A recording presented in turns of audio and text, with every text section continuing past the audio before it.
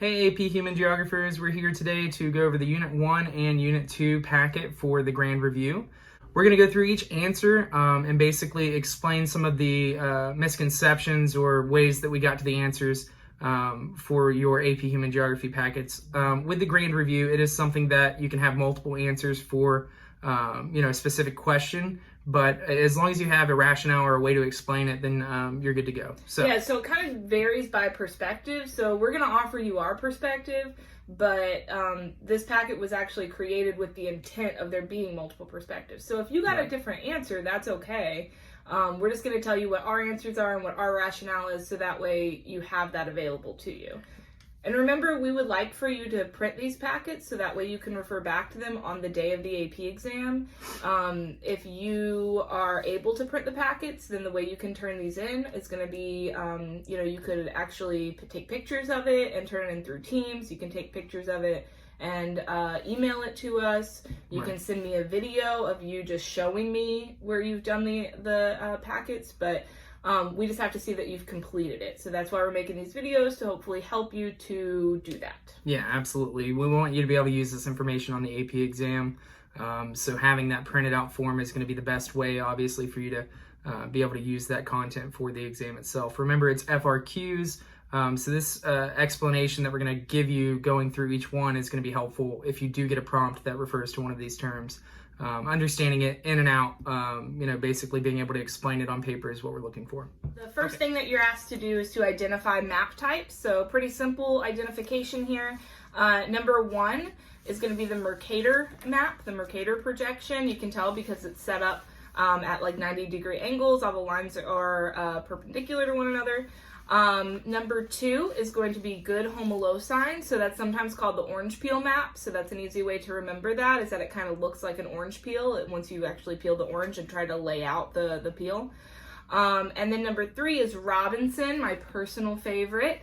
Remember, Robinson distorts everything on the map, but it does it in very tiny amounts. So it's still very aesthetically pleasing. And number four is azimuthal. So azimuthal is going to be a polar projection. So if you did put polar there, then that's fine. It just centers the map on one of the poles. That's what azimuthal is. The next section is just some vocabulary matching for you. So for number 5, it says a computer system that stores, organizes, retrieves, analyzes, and displays geographic data. That would be E, which is GIS, Geographic Information Systems. Thank you. Number 6 is the forms superimposed on physical environment by the activities of humans. That would be C, cultural landscape. Number 7, the spread of an idea or innovation from its source. That would be A, cultural diffusion. Number 8, the interactions between human societies and the physical environment. That would be B, cultural ecology. Number 9, the space-based global navigation satellite system. That would be F, GPS, global positioning system. Number 10, the physical environment rather than the social conditions determines culture. That's kind of a very simplified way to describe D, environmental determinism. Your environment determines your fate. Number 11, the small or large-scale acquisition of information, either in recording or real time. That would be H, remote sensing. And then number 12, the idea that the environment sets constraints or limitations, but culture is otherwise determined by social conditions. That would be G, possibilism. Anything is possible. All right, so that does it for the identification of map types and then basic vocabulary. We're going to move on with the next page, and you have to choose the one that does not belong with the others. So the first one that we have is number 13. It's got township and range, clustered rural settlement, and then grid street pattern. So with the township and range and the grid street pattern, they're both going to use like a gridded system to plot pieces of land for different things, but again, it's going to be focused on using that grid-like pattern, whereas clustered rural settlement just refers to settlement that's clustered in rural areas. So it's not going to fit into that grid-like pattern that we see with township and range. Okay, number 14 is site, situation, and relative location. If you remember the Unit 1 vocabulary, if you look, site and situation are different things. Site is more precise, whereas situation is going to be something that's more relative to, different locations that you may be referencing.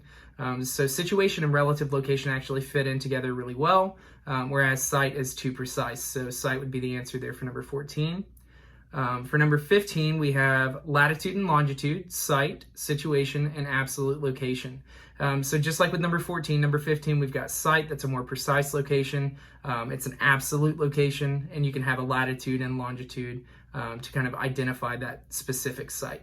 Whereas situation does not fit with these terms. So that would be C for number 15. Situation's just very informal. Situation is saying like, oh, well, the United States, it's located below Canada. Okay, that's not like a very formal description. Right. It's not telling you the precise coordinates or anything like that. It's just kind of giving you like a roundabout. Yep. All right. So number 16, we have globalization, nationalism, foreign investment, and multinational corporations. So globalization, it really talks about, countries basically working together towards a global economy and different initiatives. It's just the more connected kind of world that we live in today. Nationalism is focused on one state. So that's something to kind of keep in mind, that you have, extreme pride and loyalty to one state. And foreign investment, of course, that's going to be foreign relations. That's going to be other countries involved. Multinational corporations includes multiple different countries. So all three, globalization, foreign investment, and multinational corporations fit together, whereas nationalism does not fit into that definition. Number 17 really fits better with Unit 7 when we're talking about settlements.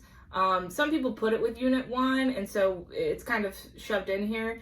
But basically the idea that goes along with number 17 is called central place theory.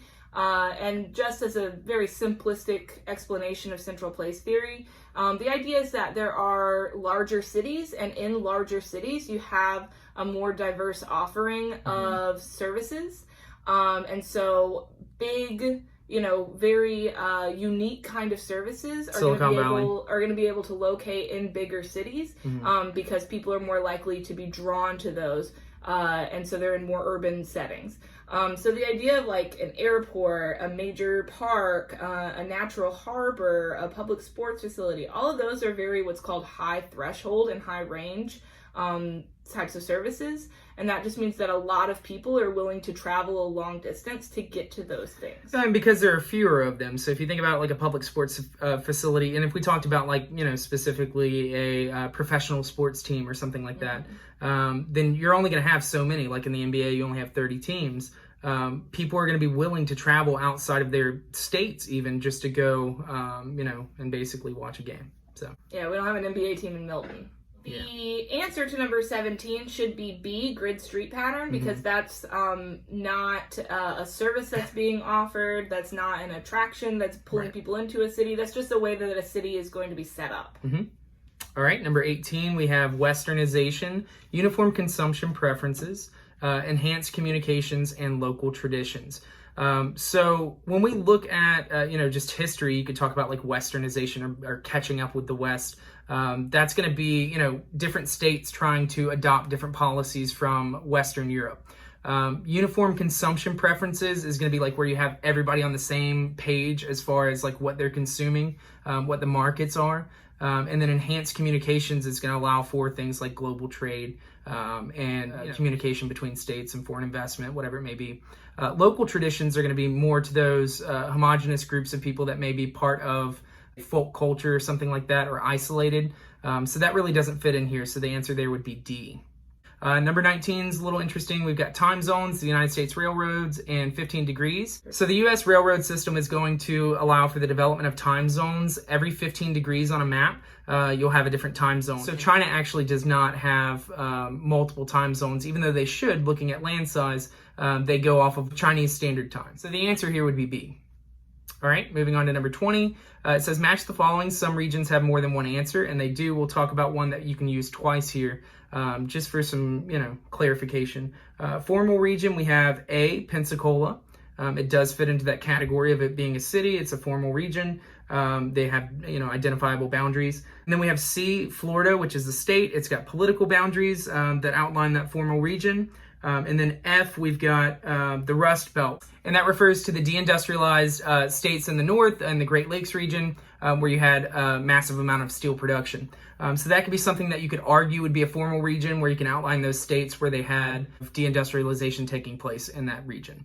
Okay, next is functional region or nodal region, where you have a node or a hub, and you have services being delivered in a specific region. And so for that answer, we've got B, the Pensacola News Journal, the basically radius of delivery that you have to different houses, businesses, whatever they may be. E is going to be airline hub, and that's going to be just the locations where the airlines actually connect to other airports in the United States or wherever they may be. Vernacular region is our last one, and that's going to just refer to that informal location where you have a kind of preconceived notion of where those boundaries may lie, but not an actual, physical boundary or political boundary. So that would be D, the South, right? So different people, it means different things. It's a relative location. And then F, you could potentially use here with the Rust Belt not having those identifiable features maybe anymore because of deindustrialization or urban decay, that you can't really, pinpoint exactly where the boundaries begin and end. So the next section asks you to match each of the examples that are given with the type of diffusion that it is exemplifying. So for number 23, Spanish is the fastest growing language in the United States because of, the answer would be A, relocation diffusion, people who speak Spanish coming to the United States. Number 24, Apple invented the modern smartphone, but Android controlled 80% of the world market as of 2016 because of, the answer would be D, stimulus diffusion. They took the idea behind the smartphone and then they kind of shifted it and adjusted it to meet the needs of their consumers. So anytime you have the underlying principle staying the same, but you're changing it a little bit, that's going to be stimulus diffusion. Number 25, fashion trends may diffuse from New York or Los Angeles to Chicago, then Milwaukee, then West Bend because of B, hierarchical diffusion. Anytime you see something going from an area of high influence to lesser influence, trickling down, then that is going to be hierarchical. And then number 26, the widespread fear of a roaming band of killer clowns in 2016 was an example of C, contagious diffusion. We probably need to update that example. I think a really good example could potentially be maybe the spread of coronavirus throughout the world in 2019, 2020. So, yep. Number 27, we've got just a few multiple choice questions for you. So number 27 asks, the why of where refers to. The best answer here, in my opinion, is going to be letter D, which is the idea that the explanation of a spatial pattern is crucial. Okay, so if you're asking why something is where it is, that's what you're looking at, is how are things arranged on this map, and how can I explain these phenomenons on a map? Okay, that's what the why of where is referring to. And then number 28, which of the following maps would be most likely to use shading to display a variable pattern? The answer would be B, choropleth. Remember, choropleth always uses shading or different colors to represent data. The last question for the Unit 1 review packet is Minnesota was settled primarily by blank, but St. Paul's toponym indicates it was settled by blank. So this is just important when you're looking at toponyms to understand that the name of a place is oftentimes a little bit reflective of their history, sometimes not always. So for the answer to this, the answer would be C. So Minnesota was primarily settled by Lutherans, but that St. Paul's toponym obviously indicates that there's going to be influence from Catholics because of the use of saint. Good. Right. On to Unit 2, population and migration. So we're going to be matching the definitions with the terms here on the right-hand side. Number 30 says the ability of a resource base to sustain its population. That's going to be its carrying capacity. That would be B. So number 31 says the population shift from urban to rural areas, and that's going to be D, counter-urbanization. Number 32, the number of working age people compared to the number of people too old or too young to work. That's the dependency ratio, F. Number 33 is migration within a state, and that would be internal migration, I. Number 34 is migration between states, and that would be external migration. Number 35 is the difference between in-migration and out-migration, and that would be K, net migration. Number 36, the flight of talented people away from an area. That would be A, brain drain.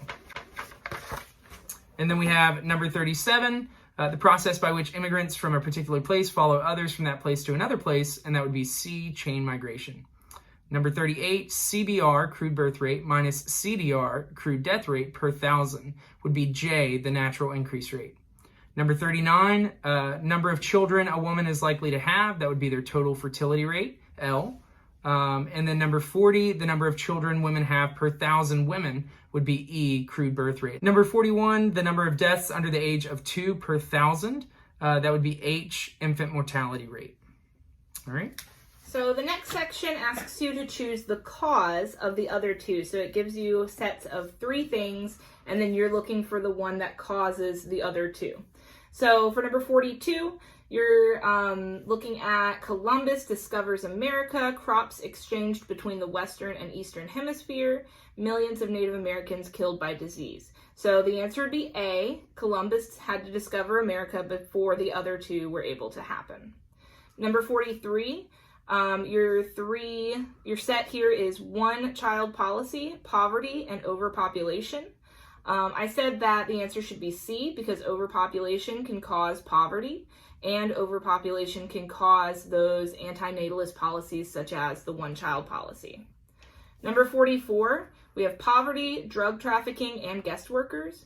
So I put A, poverty, because poverty can cause drug trafficking, and poverty can also cause guest workers. Guest workers just refers to like temporary workers that leave the country to go work somewhere else and bring the money back. So if you have a lot of poverty in one area, then it could cause people to leave to find temporary work and then bring the money back. Number 45, high standard of living, large metropolitan population, and stage 3 of the demographic transition. I put the answer as letter C. Because you have to have the stage 3 of the demographic transition before you can have those higher standards of living and the large metropolitan population like in urban areas. For number 46, immigration, remittances, and stage 4 of the demographic transition, I see this as kind of a 1, 2, 3 process. So the answer should be letter C, that causes, that's the cause there. Stage 4 of the demographic transition model is going to cause A, immigration, which is more immigrants coming into your country. The pull factors. Immigrants typically travel to like stage 3 and 4 countries. And then letter B, remittances. Remittances is a word that refers to money that immigrants make and send home to their families. Right. And so you have to have immigration to have remittances. You have to have stage 4 to have that immigration. All right, so we're going to start with number 47, which has poverty, war, and migration. The effect here is going to be migration, and poverty and warfare are going to lead to that migration, people leaving those countries that have instability or lack of economic opportunities. Just like we talked about with balkanization and the video that we watched Once Brothers, Vlade Divac is going to have basically these opportunities in the United States that he did not have back in Yugoslavia. So poverty or lack of economic opportunity and stimulation is going to lead to people migrating out of those countries. All right, number 48, we've got racism, exclusion of non-white immigrants, and quota laws from the 1920s and 60s. The effect here is going to be racism, and what's going to cause that racism is going to be the exclusion of non-white immigrants, and then quota laws from the 1920s to the 1960s, just like the Chinese Exclusion Act. Number 49, it says young age structure, not married, high level of migration. This goes back to those Ravenstein's laws of migration, where it basically says the majority of people that are going to migrate are going to be male, and they're going to be in the young age structure from their 20s to 40s.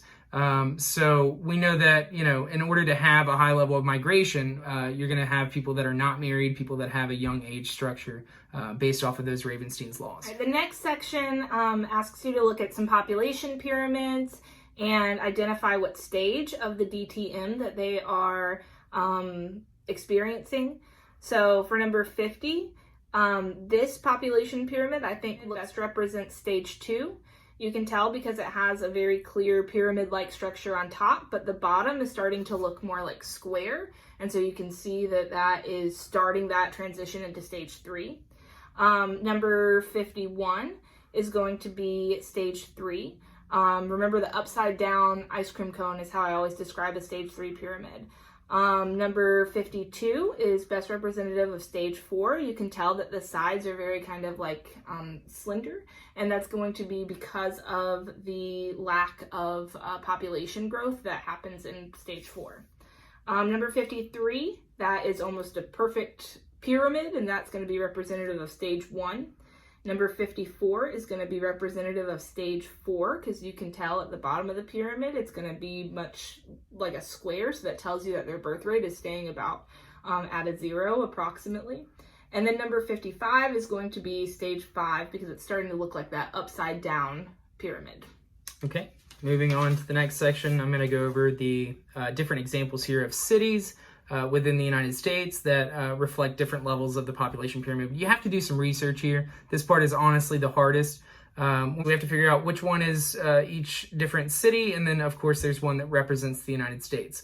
So if we know that the United States is in stage 4, it's pretty easy to identify a stage 4 population pyramid. You can kind of look at it and tell.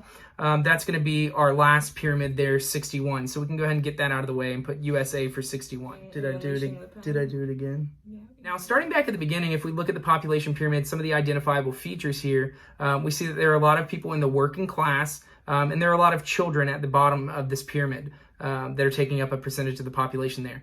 That's going to be best representative of Detroit, Michigan, due to the automotive industry. So you can see a lot of workers, male and female, in that category there for their population pyramid. A lot of people actually mix these up with Laredo, Texas, and Detroit, Michigan, because if you look at the second population pyramid, you see a larger population of children at the bottom of the pyramid. And that's going to be because of informal jobs and Laredo, Texas being a border town, basically on the border of Mexico. And so that's going to lead to a high traffic of immigration through that city, and a lot of jobs that are kind of created because of that, and opportunities for those immigrants seeking out jobs. All right. The next population pyramid we have is in stage 5, and we know that this is going to best fit with Naples, Florida, because it is a retirement community. So that's going to be kind of easy to identify. You see the elderly population making up the majority of the pyramid there. Next, we have a clear kind of skew here in the population pyramid towards the male side in the working class, and that's going to be representative of a military base. And so when we look at this, the only one that reflects this kind of population pyramid would be Unalaska, which is known for its Coast Guard base and, of course, military operations there. The next population pyramid that we have, number 60, is going to show a clear spike in the number of people that are in the age range between 20 and 30 on male and female side of the population pyramid. So that would be Lawrence, Kansas. That's going to be the University of Kansas that's located there. And then the last one we already discussed is the United States. All right, the next couple of questions are asking you to identify push and pull factors. This should be super easy. I know that you've had lots and lots of practice with that. So number 62, ethnic cleansing, should be push. Number 63, natural disaster, should be push. Number 64, available jobs, that should be pull. Number 65, war, that should be push. Number 66, chain migration, that would be pull. And number 67, overpopulation, that would be push. I want to go ahead and address number 68. This is a bad question. I think that the College Board information that they've put out for human geography is reflective of data that's no longer relevant. We got a census this year, 2020.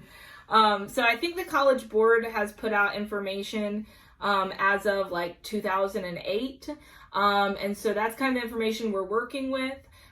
So just know that according to the College Board information, the answer to number 68 should be Sub-Saharan Africa, but according to the latest data, that's not accurate.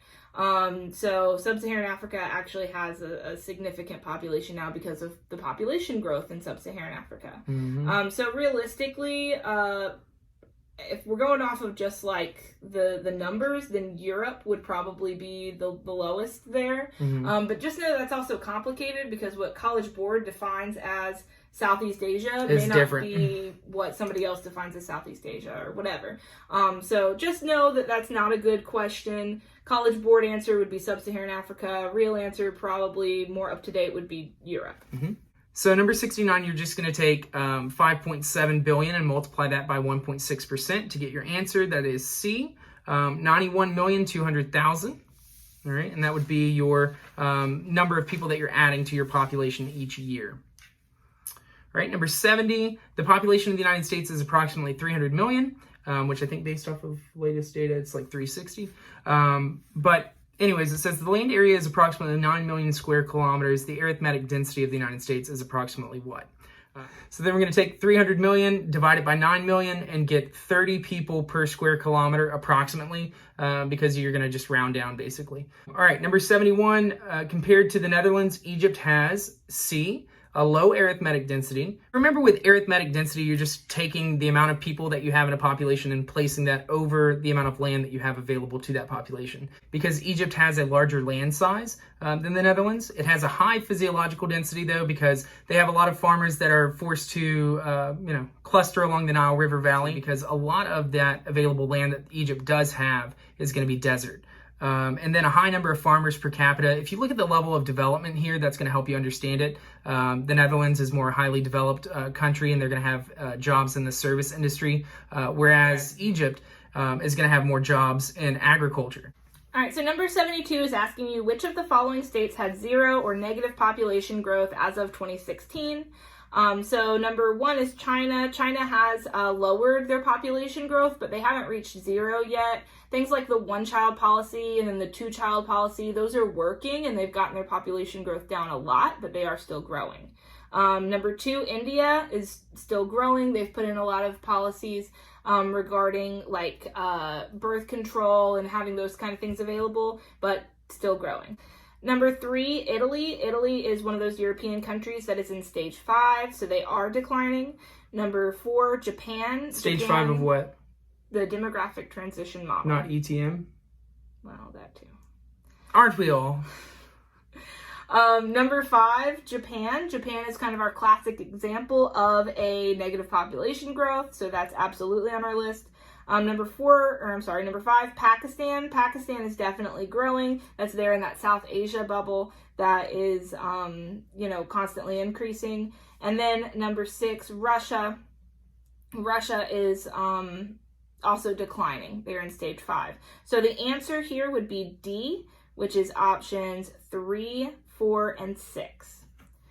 Number 73, generally speaking, countries with high fertility rates usually have high what else? So this kind of goes along with DTM and development. So when you're looking at high fertility rates, that's usually countries in the lower stages of development. That's usually stage 1 and 2 countries. And so they would also have high, the answer would be B, infant mortality rates. That would also be very typical when they have less medical technology. All right, so number 74 addresses Malthusian theory, and it says Thomas Malthus' theories may be regarded as, we're going to go with partially correct here. So his theories actually talk about the idea that the population growth rate is going to outpace production for food, basically. People are going to starve to death. But what he didn't take into account is going to be the fact that we have, innovations that are going to lead to a larger output of agricultural products. So then we would go with C here, partially correct. Some people are starving, but LDCs have increased their food supply with new agricultural technology. We talked about that with the GMO debate and pesticide use. LDCs are going to adapt to these challenges of population growth in like sub-Saharan Africa and Southeast Asia by, adopting these new technologies. All right. Number 75, a country with a high dependency ratio probably has. So when we're talking about dependency ratio being high, that means you have a lot of people outside of the workforce. And in that situation, you're going to have a highly developed country, typically going to be in stage 5. And so they would have a low birth rate. Remember, they're going to have a lot of old people on their population pyramid and a lot of people that have outlived sexual maturity. You're also going to have lower gender inequality because of the fact that with LDCs, you typically see more of the issues with inequalities between men and women, whereas with MDCs, they have adjusted towards a more egalitarian society.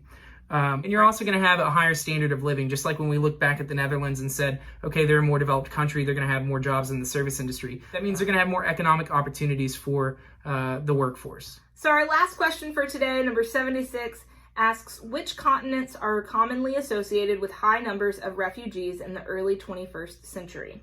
So I had a hard time figuring out what exactly that question was asking, so I kind of answered it in 2 different ways. So the first way I thought about it was high numbers of refugees like leaving the area, like areas where you have those situations where people need to flee. So based on that information, I would say that you would include Africa, Asia, and South America. And so that option is going to be option E. But I also made note that if you're talking about receiving refugees, then you definitely want to include Europe and North America. So I would also put G as a possible answer as well. So it just kind of depends on the perspective that you're looking at there. Right, and more specific questioning there too. So it says associated with high number of refugees. Well, what does that really mean? Are we talking about immigration or immigration, right? All right, guys, so I think that wraps this up for today. You should have all the answers now that you need for the Unit 1 packet and the Unit 2 packet of the Grand Review. Remember, these are for you to have in preparation for your AP exam, and hopefully we'll be able to get the next packets up and going next week. Shout out to my boy Chase for drawing that with pen. I love you. Bye, guys. Love you. Great Scott!